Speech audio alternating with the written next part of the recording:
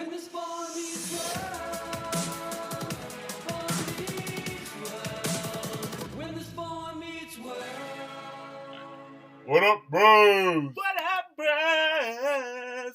And welcome to Bruh Meets World. When it's Bro Meets World. Your Boy Meets World fan cast. Welcome to episode 67. I'm Yeah. Siege. And I'm your boy, T. Coitus. T. Coitus. Oh, we're mixing it up. 2020. 2020. You know, I'm on a You whole never know different what can level, go. I love guys. it. You don't know what to expect. Okay, speaking of not knowing what to expect, are you ready to talk about this episode? Siege, again, I love this episode, and I'm very excited to talk about it. That is, and I have a lot to say about this episode. I'm sure. There's lots And to also, discuss. we got a little commentary from a friend to help us navigate this episode. Oh, do we want to do that now or later? No, no. Let's do it right after the intro and tell me about it. Sure. Okay. Because for those of you who don't know, this week's episode is Season 3, Episode 21's Happiest Show on Earth. Tell me about it. That is, the plotline is Corey cannot keep his mind off Topanga and tries to woo her by following her to Walt Disney World. But Topanga becomes angry because she believes he traveled all that way for another girl, Kristen. And I want to talk about Kristen. I want to talk about Walt Disney World. But we were supposed to have a guest on today, our good friend Cameron Brown. And he couldn't make it, but he did send me his notes because he was very, very adamant that he participate during this episode. And what he wanted to talk about was ABC, the ABC networks, and Disney's relationship. Yep. Mostly in the 90s. Well, not just in the 90s, but starting in the 90s with their TGIF lineup. And it even goes on till today. And Cameron wrote, mostly used as Disney World commercials, obviously, shows would have an episode at the park to help promote new attractions or new parks.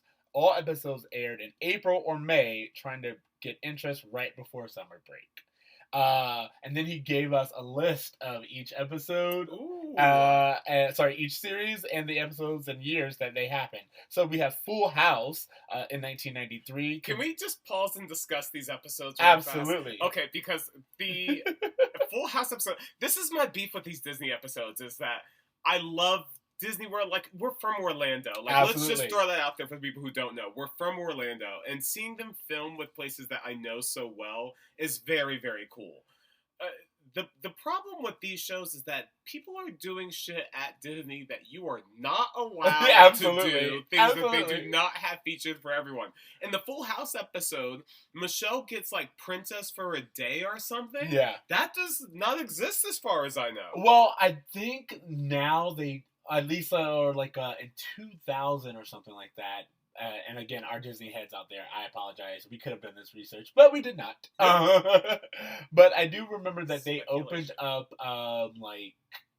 the Disney Castle or something. Like, there is a Disney experience. Well, yeah, and they have like a princess princess breakfast experience, yeah. and like a makeover that you can do, but all that shit costs money. Absolutely. And Michelle was just there. She was in the right place at the right time. Don't and she get just got a me- bunch of free stuff from Disney, which if you know Disney, they legit will not do.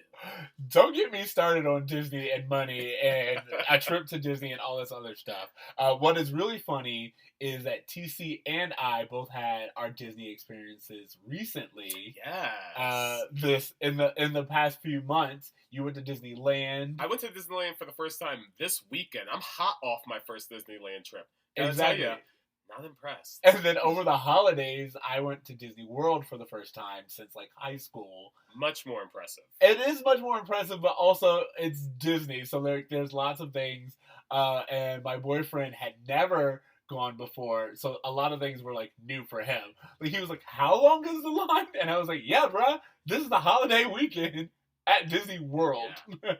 It's so funny how, being from Orlando, we just have that resilience to line wait times. It's like, oh, it's only 80 minutes. Do you guys want to jump in here before things get crazy? Exactly. Well, he understood because when we tried to go on the Avatar ride, it was a 5-hour wait. 5 hour. And he was like, who would do that? As make people just go into the line. But compared, anytime we waited somewhere else, he was like, it's not that bad. this is what Disney does. At this point, you're forced to get the fast pass if you want to do anything. Absolutely. You know, we're going on the whole We're tangent about something going else. there. What other Disney-based episodes did So, Cameron point out? first of all, we have Full House in 1993, conveniently aired shortly after the massive bomb that was Disneyland Paris, used to help boost profits for the parks division.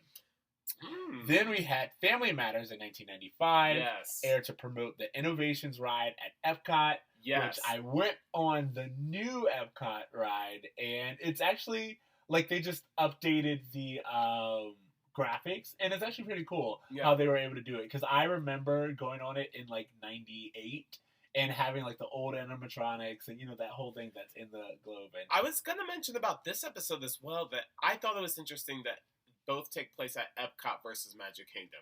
As if to say, hey guys, just in case you forgot, we have this other park that's cool too. 1996, Disney finishes its acquisition of ABC. Now all the shows go to Disney. Roseanne in 1996. Nothing really special about this one. One of two that doesn't have a Splash Mountain shot. Ooh, so only two. Who would have thought Roseanne would have been the woke one? Step by Step in 1996. Most comprehensive of the park visits. Plot of the episode is the kids attempting to ride every ride in the park. So Cody, basically a giant Disney World commercial, which crossed over with this. We had a little crossover, and don't get me wrong, it's really cheesy. I was so giddy. Yeah, during I really the was. Step by Step. But that's the thing, is this whole episode is cheesy as hell. Nothing makes sense plot-wise, but that's the magic of Disney. You're just kind of enchanted by it all. But not just Disney. I was like, oh, I get crossover episodes now. Yeah. Because we got one character, and the entire time, who I have not watched Step by Step in years. It renewed your interest in it, right? I was so excited. Yeah. I was so excited to see it. I mean, it's Suzanne Summers and Patrick Duffy. Like, we should be. Like, is this streaming anywhere? I don't know. We got to check that out. Guys, let us know if we can find this anywhere. I mean, we'll ask Google and not be assholes instead. But then that brings us to Boy Meets World in 1996. Premiered same day as Step by Step 1, of course. And it was the second part at Disney World. This is the only episode of all of these to not end in fireworks. Which is kind of a Disney World staple, but I guess we got the fountain at the end. Well, that's because, as far as I know, Epcot does not have a fireworks show. They do now. They have like the world one around the lake, right? Yes. Sabrina the Teenage Witch in 1998, used to promote the opening of Animal Kingdom. A new park opened 2 days before the episode aired. Only seen at Animal Kingdom, no Splash Mountain. Which, again, is really interesting because I went to the opening of Animal Kingdom. I have to say, I also went to that opening. I think there was just a bunch of previews they gave to, like, all the employees to just hand out to random people. Well, my mom worked at a resort, so that would probably make sense. I got it from a friend of my mom's. But we went in, and I remember it being a real big disappointment that first year. Well, of course it was, because they hadn't gotten all of the kinks worked out. And I think... Gosh, we're going on such a tangent. It doesn't matter. If you're going to Animal Kingdom, guys, get there early. Because I had to learn the hard way. The animals, they don't hang out outside past about 11 a.m. And that was my main disappointment, was not seeing any animals. So we started our journey this year at Animal Kingdom, but we did it because friends had told us that the Avatar wait was ridiculous. We were literally some of the first people in the park, and it was already 5 hours. Wow. And that's just because, like, everyone just waited outside the gates and then went directly there. Wow. So, I mean, I hope at some point in time they just cut people off from getting in line. But we still weren't able to ride it. And but we did have fun at Animal Kingdom. But you're right, around noon we left to do other things. Sure. George Lopez in 2004, they go to Disneyland instead of Disney World, used to promote the Tower of Terror. Episode aired 5 days before ride opened. And really just a 24-minute commercial for the ride. Tower of Terror, no longer a ride at Disneyland. It's been transformed to Guardians of the Galaxy. Really? Yeah. Orlando still has one, but... Yeah, this was, I believe, Modern Family 2011. I kind of remember that one. back at Disneyland. Nothing special really about this The one. Blackish episode's fun. I don't know if he has that. That was up here. The Middle, which I actually love the Middle. Have you ever watched the Middle? No. The Middle's actually really good. It's like one of the ones that it was very fortunate to stay under the radar to where it wasn't bad, so it never got canceled, but it was like just in the right time slot to where enough people watched it. And Almost it's a like really, Boy Meets World. Yeah, very, very much so. But like, it's a good show. Check out The Middle. I'll make it one of my homework assignments. And they go to Disney World. They don't actually go on any rides in this one. And then Blackish in 2016, Disney World used to promote VIP tours. 100%. And that one's all about them feeling bossy and, you know. Him spoiling the kids, them not appreciating, not having to wait in lines, all Absolutely. that. Yeah, that's a fun episode. But yeah, I mean, and so there you go. There's ABC's journey with Disney World and Disney in general. And you know what? I looked forward to it every time. And also, too, like when I was in we weren't really going on big vacations all the time like that when I was a kid. So, like, I would vacation vicariously through these cast members every year. Well, I mean, again, if you're still with us, stay with us because we're going to get into the episode. But I think it's really important to talk about because part of this is the whole appeal of Disney. Yeah. And growing up in Florida, I tell people all the time, we lived in resort. Yeah. Like, we lived resort living.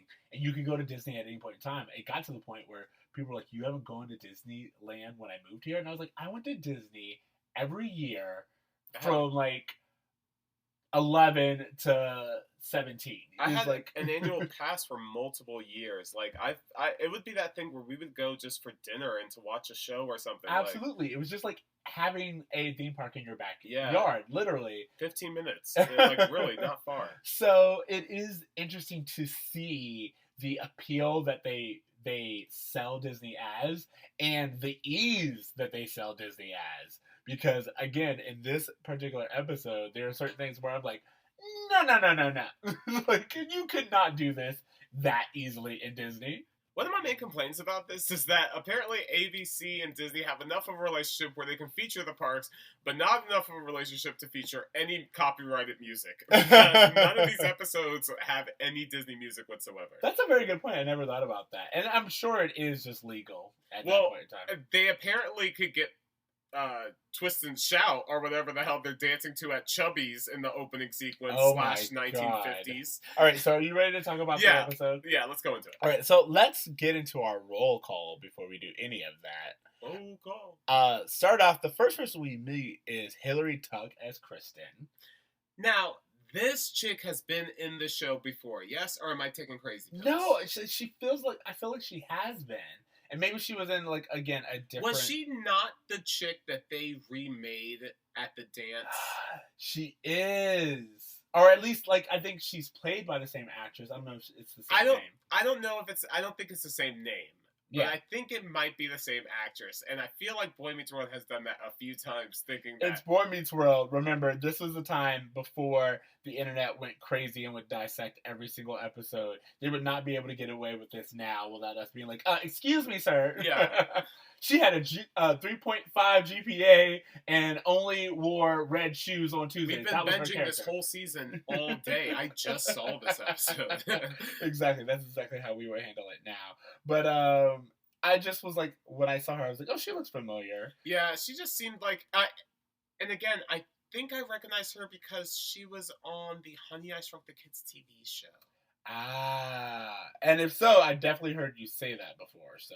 With Peter Scolari. She has played 3 characters on this show. Damn. Kristen, Sarah, and Samantha. So, yeah. Have we seen all the episodes? And without cheating, could you tell me which episodes Absolutely those characters not. You and I just had to go research to make sure that we had seen her before. But yeah, apparently the casting agent really likes this Hillary Tuck, and she's been in quite a few things. So she just has one of those faces. She's also part of that whole 90s teen cast, I guess. Ginger. We also get ourselves a Andrew Keegan. I knew who you is would be Ronnie. excited to Okay, talk about this. we are going to talk about Andrew Keegan. Did you have a crush on him? Absolutely. Absolutely. There's something about this kid that's so douchey, though. Absolutely. And here's the thing. It is, because I thought about it. If JTT was the all-American, sweet, cute, lovable crush that you had, Andrew Keegan was the sexy bad boy in everything he played. And I don't know why we did this, because this kid is like 14 at this point in time. Yeah. But since Full House, when he was like 10, they were like, you're the sexy bad boy. He has always played that character, and it's insane to me that at a young age, we were like, you're going to be the one that the girl shouldn't get, but every girl's going to want to fuck. Dude. And by the way, every girl in Secretly Gay Child wanted to fuck Andrew Keegan, and he's still hot. I think the first time I was introduced to him was Independence Day, when he Yes, plays see? literally the exact same character. That is his character. His character is sexy bad boy, and it makes me laugh that you get it at such a young age. And he really did do just almost every 90s show. He was on Moesha, Seventh Heaven, Sabrina the Teenage Witch. Like, he really did everything. Like, he's one of those people that you won't recognize by name, but you would recognize if you saw his face. I can't think of a single role he's played that he was not the forbidden love interest. Yeah. Or like the playboy. Like, every single one, he's just that guy. He's on the hunt. And it's Every- funny. yeah. I want to know what it is about him that at 7, someone's like, yes, that is you. That is your character. Well, I have some things to say about the character he plays, but let's finish out the roll call. Okay, we also get Stacey Keenan as Dana. Yes, from Step by Step. Yes. Yes. Exactly. And then we get Debbie Dunning as Alexandria, who is the Dolphin instructor. Yes, exactly. So you might also know her from Home Improvement, another Yes, Home Improvement exactly. crossover that it's we've a had. lot of I told you, the ABC sets family. are right next door. Absolutely. So yeah, that's our roll call. Okay, so one of the things I want to say about Andrew Keegan. what's his character's name on the Ronnie. Okay, so Ronnie Lips. Or the something. Lips. Ronnie Yes. the Lips. Okay, so all right. The episode starts with Corey on a date with Ginger Chick and Kristen, and she's like, the whole school's talking about how you're on dates nonstop since Topanga. Pause. Yep. This is not Corey. When did this Corey show up? Well, so I do think it's funny because what they say is they said that since he's been single, and don't get me wrong, we have seen him like date a few times, and of course we have other things, but they've kind of shown that Corey has thrown himself into the dating pool, and he's like this suave, like Corey has found a way to make his dorkiness work for him. Yes, because he's like dancing dorky, but it's like funny, and she's like, I don't have any lines or any moves, she says, yeah. All the girls say that you roll a French fry between your fingers before you kiss a girl. And he's caught doing it, but he's like, funny story. Immediately throws it away and then start lip locking her. And again, I was like, Corey has found his groove in this Playboy and apparently role. He is kissing all these girls with French fry breath left and right. The reason why I wanted to bring this up is because both he and Ronnie, apparently there are just stories of their dating escapades floating throughout the school. So much so that they have like known nicknames and known moves. And while I might have known about like sexual escapades and drama in high school, I never knew that like, oh yeah, right before so and so fucks this girl, he da da da da da. Like, there's nothing that specific that was rumored throughout the school. I feel like there is. I remember in school, it may not have been like, oh, he has this particular move, but there definitely people were known, or there were signatures, or there was just some kind of rumor mill, and there were individuals who had reputations as, oh, you don't date this guy, you sleep with this guy, or you don't, like this girl will do X, Y, Z. So you know what I'm saying? I will say that unfortunately, just to take the screenshot of culture for a second, 2006, I heard way more things about girls than I ever heard about guys. And I think it's because I hung out with girls that I knew of that, like that, and then also I think I was also someone who like I just was observant, so I understood that certain guys did certain things. But I will also say that I spoke to several of our female classmates, and I was like, "Oh, so and so was so innocent, or so and so was this," and the girls were like, "No, bruh. He was like known for this one thing," or like, and I'll tell you after recording. But there were just several people where I was like, "Oh, really?" And the girls were like, "Yeah," and everyone knew about it. So Yeah, say she's into what? Anal? Okay, but yeah, no, I just thought it was really interesting because I immediately was like, Corey has become kind of a predictable cliche playboy, and it's funny because I wrote that in my notes before Topanga calls him a playboy, and I thought it was interesting that he proudly declares that I only did so to distract myself from you when he's talking to Topanga later. Which I have to say, I love Topanga. I love that we're finally getting to the point where these two crazy kids are getting back together. But I do not think that she should have gotten back with Corey. Oh, absolutely not. I love what this episode does in certain parts, and then it really undermines itself in the end. The addition of Kristen to the story negates everything Corey does for Topanga. Well, no, so honestly, for me, the addition of Kristen actually made, like, it was sitcom comedy to me in the perfect way, because there would be times where, like, Corey would say something and she would just show up at the wrong time, and I was like, I, too, keep forgetting about her, and she keeps showing up, ruining Corey's declarations of love. Well, do you know why she's ruining it? Because Corey is not being honest to her about the way he feels about her. He is stringing her along while telling Topanga, "You're the one for me." Get the fuck out of here, Corey. And I completely agree with you. That is my problem with this episode. My problem with this episode is we never have Corey confront Kristen and be like, "Hey, I'm sorry. I came here for Topanga. This has all been a misunderstanding." And like that whole one-to-one, that heart-to-heart that he has with the dolphin should have been with the actual human being. I can't even get into the dolphin scene, bro. It bothers me so fucking much. This show is so lazy with exposition that they had to have a scene in which Corey, at the instruction of Dana from Step by Step, yep, has a heart-to-heart confession. All right, no. We can't get into this because this brings to one of my biggest problems I have with this episode, which happens earlier in the show, is this unrestricted access these kids have to Disney World. They are going behind the scenes. They are slept going, in an attraction. in the Splash Mountain ride. Like, you cannot do this at all. They got there apparently, which anyone who knows anything about Disney World, you have to take a shuttle.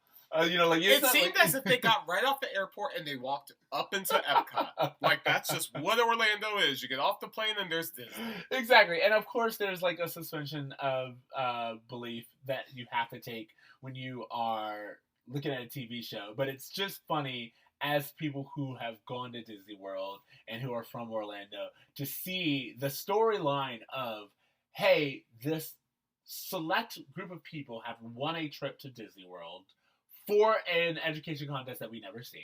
Yep. Someone else is like, you know what? I'll just go to Disney World. I'm just going to show up. As It'll be if fine. tickets to Florida aren't crazy, and as if there isn't any other thing that involves a trip to Disney World. People just, matter of fact, Topanga and them, they just show up. There's no bus, there's no accommodations. You know what? Just at Disney. Topanga and them, whatever. They won a contest. Maybe this whole thing has worked out. I don't know the details of that. What I do know is that for Corey to go from Philadelphia to Florida with Sean, yeah, and this is end of April, early May, so yep, literally like the busiest yep, time of year. Yep. They get multiple day park hopper tickets, and from what I can tell. They're spending thousands on this trip. Exactly. Where is this money coming from? Corey don't work. Are we? It comes from Sean's uncle. Yeah, apparently. Because they do mention that, hey, when we go down to Florida, we may have to break someone's legs, and they gloss right over it. You know what? that is how they get the money for it. Because here's the thing. We knew that the tickets, they were covered. But he says, when we get there, we may have to break a few knees. So that's how they did it. They got paid for it. And because they fulfilled all it. makes sense. They broke a guy's They broke knees a guy's in knee Orlando. so they could go. Now that is love. Dude. Hey, you know what I thought was super interesting about this show? What?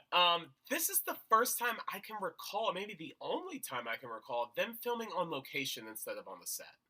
And it was very interesting to see them, like, running around Disney World outside. They've never looked so white, by the way. But it was just, I was like, especially during the fountain scene at the end, it felt very cinematic because they were on location. Yeah. I mean, and you're right, we don't get to see them outside of sets very often. As a matter of fact, I think it was it this season or like maybe late last season was the first time we had moved from our traditional sets. Yeah. So this is brand new, and we're starting to, I guess, get a higher budget. And Boy Meets World is starting to get, I don't know, some respect at ABC. But it is interesting to me that, as you were saying earlier, Corey and them are just able to, like, move about the park as if there wouldn't be Disney security. Again, for me, especially how we've seen things in our other podcasts, where we're constantly talking about ways to remake things or how it would work now. It's like, how hard is it to set this entire storyline in the lobby of the hotel right before? So anytime he wants to talk to Topanga, anytime they're like, well, when will we be able to find her? Set it in a lobby of the hotel, and then you can still do your Disney things, but it would be a little bit more realism. One of my biggest pet peeves about this episode is, and I think there's another episode that does this too, of a different show that we mentioned, Going to Disney World, was that someone searching for someone else in the theme park, and doing so by going on rides. Yeah, I was going to say, you're supposed to be looking for Topanga, and yet you are doing everything else. If you're on a ride, you're not finding anyone. That's not how rides work. Although they do have a very funny joke where they wait in a long line, and it's for churros. Yes. Which I love that, because for me, that was Disney realism, and also I was like, does Disney, like, get what they're saying? Because they're like, we've been waiting in this line forever, and it was just to get a churro. And I was like, that is very true to Disney. But at the same time, is that what you want to be marketing? Our lines are so long, you have to wait for a churro? And they are. Yes, they are. We waited for 20 minutes so I could get a turkey leg. So, which is not turkey. Yeah, I know that. Can we talk about... Oh, gosh. You know what's interesting? Does Lips even try to make a move on Topanga, really? He does, but, and we can go to that, because what I want to talk about is, we've talked about the park a little bit, and I want to talk about Corey and Topanga and, like, the whole storyline of, like, pursuing one's love. But let's talk about Waterman for a little bit more, and as you were saying, Waterman and Topanga, who's Lips, and we see them immediately in Orlando. First of all, when we first see Lips, he's talking to another girl. Yeah. Then the moment that they're like, hey, he's going on the same trip with Topanga, all of a sudden it's like implied that he's like, oh, I have my makeout buddy for the next few weeks. And you're like, why is that implied? There was like no conversation. The boys assume it. He assumes it. Everyone's just like, oh, it's going to be him and Topanga on this trip.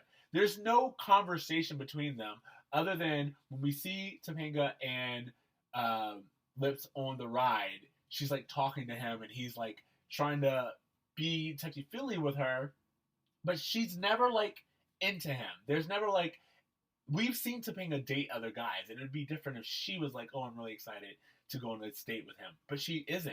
And she, even at one point in time, he's like says something and she's like, would you stop? You've been trying to kiss me this entire ride. I don't like it. And I was like, yes, this is what I wanted from this storyline. I wanted someone to be like, this is not romantic. It's sketchy, and pressuring someone into talking to you after they've expressed that they just want to be friends is harassment. And Topanga immediately says, the more you chase me, the less likely I am to even want to be around you. And then you have Corey show up being like, I will always chase you. And that again, is what I thought was a great storyline. Again, that Great. is later undermined. Great story that they immediately undermined. It's like they worked so hard to like. This whole episode should be about boundaries, about the fact that Corey tells Topanga how he feels before she leaves. And if she decides, hey, I want to be friends, I'm going on this trip, which he does not congratulate her for. Yeah. Oh, all of these things I have problems with. If she goes on this trip and she ends up blowing this kid, Ronnie, like, that's a choice that she's making knowing that you have feelings for her. And it's interesting, too, because for Corey to be insecure about Ronnie when Ronnie has a bigger reputation than Corey does, and the reputation is the exact thing that Topanga is disinterested in, never occurs to him. Well, it shows that he doesn't really understand Topanga. You know, he's like, I know you. I've always been in love with you. It's like, well, then why did you think this would work? Yeah. Like, if you know Topanga, she makes it very clear that this isn't her. And also, with Topanga, we kind of get this mixture of the old Topanga and the new Topanga, because like the whole thing with Topanga's hair and like the trunk being her hair products and stuff. I was like, that's not a Topanga that we would know. But again, they're trying to make her kind of girly and then kind of the old Topanga who's still a feminist and still, I am woman, hear me roar. Sure. Also, I just want to say we don't see Jonathan at all on this trip. And supposedly he's a chaperone? I don't see a single chaperone on this entire trip, which is why kids are just hanging back with dolphins alone, unsupervised. Disney, a child can die. What's going on? I want to talk real fast about the fact that Corey has a sign that you mentioned, I will chase you forever. If you were having a meal at Disney World, and you looked over and saw that someone had a sign that he was showing to a girl who was running away, you would think he was murdering her, right? Absolutely. I will imagine chase if you your forever. ex-boyfriend. It's terrifying. I mentioned this last episode. I've been watching You, and it's like this is where that mindset comes from of guys being like, "Oh no, I'm doing this for you." As Corey says, "I did this from my heart." How could you not understand that all of the things that I was doing was for you? And it's like, no, I got it. And it's creepy. And that's where this episode takes a wrong turn, because the episode should have been about how grand romantic gestures that come from an insincere place or without addressing the root cause of the issue, it distracts more than it attracts. Yes. But it doesn't do that, because at the end, Topanga's like, oh no, you did all these things for me, and I should have been appreciative of it. She apologizes to him. And that was when I was like, hell's no. Like that was when I was like completely against this episode, because I was like, as great, like at first I was already upset with the idea of, hey, I'm going to surprise her in Orlando and lie to my parents and get on a cargo plane and all these other things. I was like, I hate this harassment storyline in general. But the moment Topanga stood up and was like, I don't like being chased, you're actually harassing me, stop it, both you and Corey, I was like, yes. And what's crazy is immediately after, when Corey's like, oh, hey, I didn't think you saw me, she's like, no, I saw you, stop it. Kristen shows up and was like, hey, Corey, I don't think you saw me. And we're made to believe she's the crazy one. And you know what I mean? It's just like there's double standards immediately in that episode. But she's seen as like clingy and creepy. And Corey's like, no, I'm doing this for love. And we never get that resolve where Corey is supposed to turn around and say, hey, Kristen, honestly, I'm sorry if I led you on. I'm here for Topanga. She's the one that I love. And Topanga overhears that. Isn't that a bigger romantic gesture? I'm willing to have someone not like me and be honest about the way I feel about you, versus a blimp or any of this other shit. Like, that's the little kid shit that I wish they would have addressed in this episode a little bit better. Because what she says is empty gestures aren't enough. And they show us that feelings are what Topanga cares for. And again, we see Corey express his feelings, but not to a human, not to Topanga, not to Kristen, not to Sean, to a dolphin. Yep. That is the only time guys are allowed to be vulnerable. Why not use Dana when you have her there, just to have that same conversation? Absolutely. Have Dana kind of hit on him a little bit and he'll be like, hey, honestly. Yeah. Like, why not? Yeah.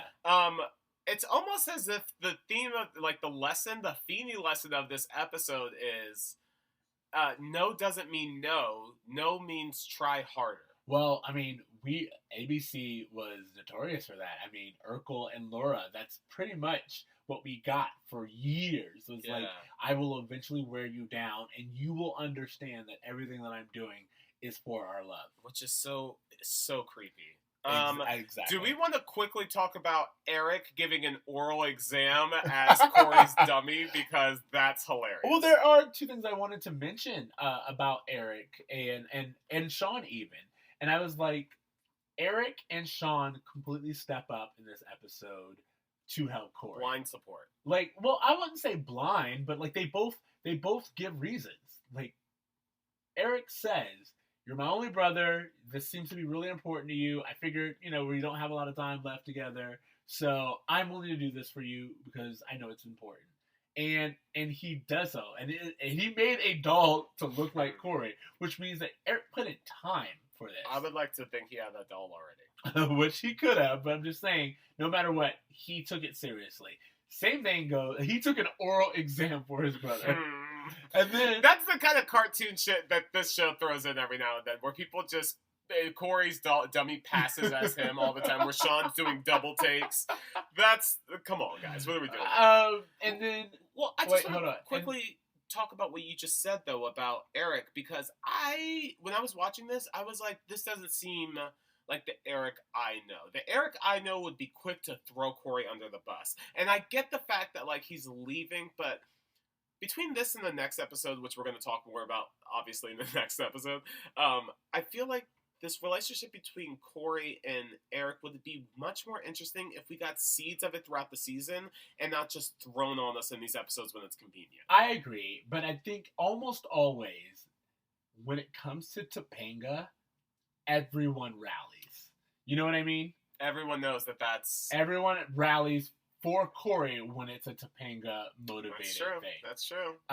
Because that leads us to Sean, which is what I wanted to bring up. And Sean is like, "Oh, I got us 2 tickets." And Corey's like, 2? He's like, "Yeah, I figure you're always there for me. I want to be there for you." And I was like, all of that happens within like 5 minutes. And I was like, this is a very good I'm sorry. I just envisioned Corey by himself breaking someone's legs in Orlando. Sean needed to go to help him break the legs. I'm just saying that Sean got him tickets to Orlando because Corey was like, "We have to figure out a way," and he's like, "Oh, it's already settled." Like, what I'm saying is, Sean got him there. Eric covered for him, and they understood that this was something that Corey wanted to do, and they rallied behind him. And I just thought that was actually a very sweet moment to show, because they didn't have to. They could have just kept writing up exposition and never really explained how any of this happens. But they take a moment to show that he has support system behind him, and even his parents later on are like, "You know what? After everything, we're not going to pretend like you weren't gone for 2 days, but we are going to be happy that you were able to work things out with Topanga," and I thought that was really special. I have to say, there's a lot of things that obviously we could poke holes at, a lot of course, threads that we can pull, but I have to say, every time I watch this episode and the fountain scene happens, I'm charmed over. To the point where every time I go to Epcot and I pass that fountain, I think about this Boy Meets World episode and that scene. And really, the start of Corey and Topanga having this grand star-crossed lovers romance begins now. And I think that's one of the significant things that this episode does that stands out in the series, is that before they dated and they were just kind of like, "Oh, are we friends? Are we not? Whatever." But this is them saying like, "Oh no, we're going to be together." And this is the beginning of the most epic romance in teen television history. The happiest show on earth. The happiest show on earth. A few more notes that I just want to point out. One, they keep, like, talk about revisionist history. Corey's like, "I don't know why I broke up with Topanga." You didn't. She broke up with you. We saw that not too long ago. Yeah, and you both lied to each other about spending time together. That's why exactly. you broke up. Why did we not want to be together? Again, because Topanga said, he was like, "I thought we could just be friends." And I was like, no. That's not how that worked. It's amazing how the mind works. And you're just like, "Oh yeah, I dumped her and I don't understand why. I thought I wanted more." That's not how that went down at all. Topanga made a decision and asked you to honor it, and that is respectable. But going back and trying to rewrite it is laughable. 100%. Number one.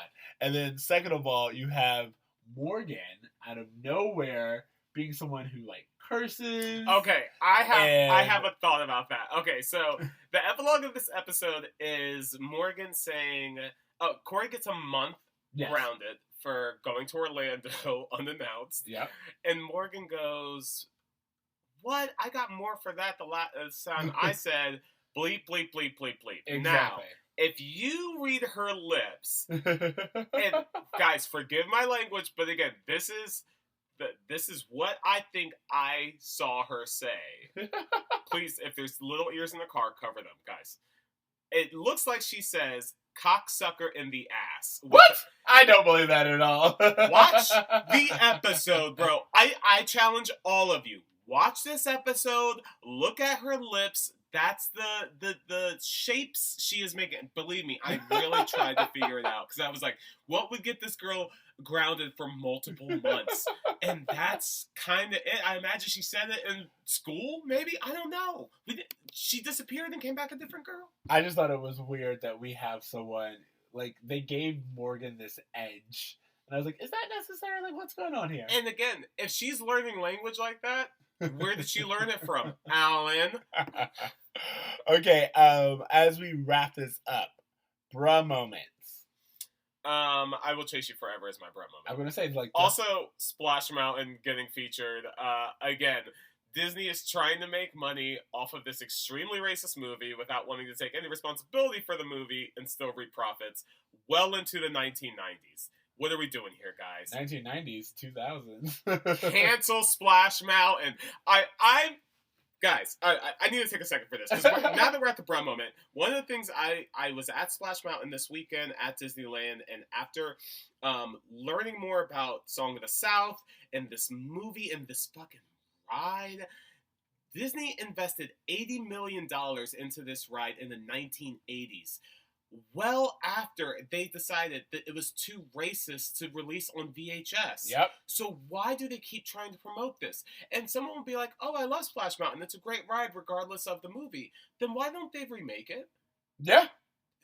Tower of Terror came out after Splash Mountain and that got remade. So what's the excuse? They know. It's not even like a They profitable... don't even want the conversation. Like, they... Change it to Pocahontas. Change it to Jungle Book or something that you can actually sell merch from. Like, what are you doing, Disney? Also, you know, because you watched the same thing that I did, that Splash Mountain wasn't even the name of it in the movie. Splash was just something that they did to tie in with the movie Splash and the popularity from there. So you could literally name it anything. You can change the ride to anything, but the fact that it's still based on this racist movie is ridiculous. So that is my bruh moment for Boy Meets World. I know you didn't intend to walk into this category, but you did. Surprise. And mine is gonna be that you storyline. Just the tracking someone down, stalking them, and then of course making Topanga apologize. You know who I feel the worst for in this episode? Who? Kristen. Yeah. This ginger got, like, she really, this guy told her all these things about how he felt about her and all, just lying to her left and right. She wastes her entire trip to Disney chasing this guy who just makes out with Topanga, and we never even hear what happens to her. Never hear. Well, apparently she comes back as, like, Samantha or Sarah, so. I hope that she's the one who blew Ronnie in Orlando. I hope that that's her. I have 100%, like, feeling that Ronnie was taking and I hope that they just had a grand old, teen sexual time that just, you know what, Corey, you weren't privy to. I have no problem with, and Andrew Keegan can always get it. I think he should know that. I think Andrew Keegan knows that he can get it at any time, anywhere. Since he was 7, people have been telling him that, and it's still true today. So, gosh, what must that do to a person? Apparently makes them the bad boy in everything they try to do. I imagine he's just like at the DMV and someone's just like, you're the bad boy, aren't you? Okay, Feeny taught me. Feeny taught me that no don't mean no sometimes. Honestly, what lesson am I supposed to help your friends? I think that the lesson of the episode was said perfectly, which is that grand gestures don't count. Emotions have to, and feelings are what really changes hearts. And I think that's what we're supposed to take away from it. And even though it does it sloppily, Topanga only forgives him after she hears what he says to the dolphin. So, which he calls a fish. Amber. Not a fish. The fact that the dolphin is the key to this storyline working should tell you how ridiculous this episode is. Okay, what are you giving this episode? Dude, regardless of all that shit, the episode's getting an A. I love this episode. I get happy every time I watch it. Whatever, I know it's bad. I love it. I'm only going to give this a B+. I know that it's classic, but it has so many holes. It has a terrible plot from several people, and had they given Kristen any kind of resolution, or had Topanga not apologize, I would give it its A, but because they don't, you're only getting a B+ from me. Okay. Homework. What do you got? Yeah, so my homework is to encourage people to go out and watch the movie Us. Now, I know you might be thinking, this movie came out in March, see, why are you throwing it out there? Because I truly thought that Lupita should have gotten an Oscar nom, and I still stand by the fact that hashtag Oscar so white, hashtag Oscar so male, whatever you want to say or do about it, this Oscars really dropped the ball by not giving this chick a nomination. And I know there's amazing performances from everyone, but to get such an amazing, iconic performance from a horror movie, I feel like is one of those things the Oscars were never destined to appreciate, but it has influenced the culture in such a big way that I feel like that movie represents 2019 more than any other. So that is what I'm throwing out there for homework. All right, that's a really good one. For me, completely shifting the tone a little bit, I am going to ask people to listen to some Brandy.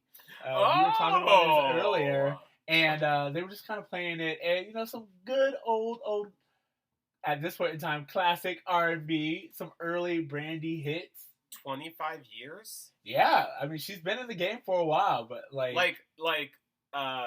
baby, baby, baby, sitting up in my room. Sitting up in my room. I mean, like again, but like, is it not a bop? It is. And then is that also, Babyface? I think it is. I think a lot of her jams are Babyface jams. But also, I don't know if it's on Disney Plus, but if the if the Brandy Cinderella is up there again, treat yourself to a good time. Whitney Houston, R.I.P. I mean, it's all really good. Interracial cast, everyone does their thing. Bernadette Peters, like we are getting some good stuff with that Brandy Cinderella. So, top 3 Brandy songs go. Again, it would be Sitting Up in My Room, Baby, and then also hold on one second. Almost Doesn't Count. Almost Doesn't Count's a great one. Almost Doesn't count, yo. Okay, can I do collabs count? Because yes, collabs do count. I was gonna say, because if that's the case, I will have to say Brandy and Monica, The Boy Is Mine. But that literally that's everything. It's absolutely everything. Almost her entire You keep going. Okay, top 3 Brandy songs in no particular order. Sitting Up in My Room, for sure. Donald Faison is in that music video. Is he really? Yes, he is. Check it out. Do you remember the song at the end to Set It Off? Like the last one when Stoney's crying. Yes. And it's just this, How I'm Gonna Miss You. The song's like, I Miss You or whatever. It's a great song. I'm just going to throw it in there because I want to give more attention to it. Okay. And lastly, have you ever loved somebody so much it makes you cry? Have you ever is like... Needed something so bad you can't sleep at night. Brandy, I get you. Have you ever is it's so good. It's like up there as like one of those ballads, and when she hits that note, you feel it, you're crying, you're in your room, in your bathtub, with some candles lit, just like, she is definitely teenage heartbreak. I get it. But the attitude of Almost Doesn't Count, it takes the cake for me. It really is. It really does. It's great. Okay. So thank you guys for listening to Bro Meets World. Remember, you can find us now on Spotify, iTunes, Google Play, all the places. Leave us a rating. You can also follow us on Twitter, Facebook at BroMeetsWorld, or email us at BroMeetsWorld@gmail.com. You can find me on Twitter at XTRACEEJ. You can find me on Instagram at braverme, at .braver.me. And guys, you can find me right back here next week talking about the season finale of season 3 of Boy Meets World. And guys, I mean, you already know I'm titillated that the fact that we're ending the season and we're getting to season 4. Titillated, guys. I'm thrilled. Okay, remember to dream, Try and do good. Yeah, later, bros. Later, bros.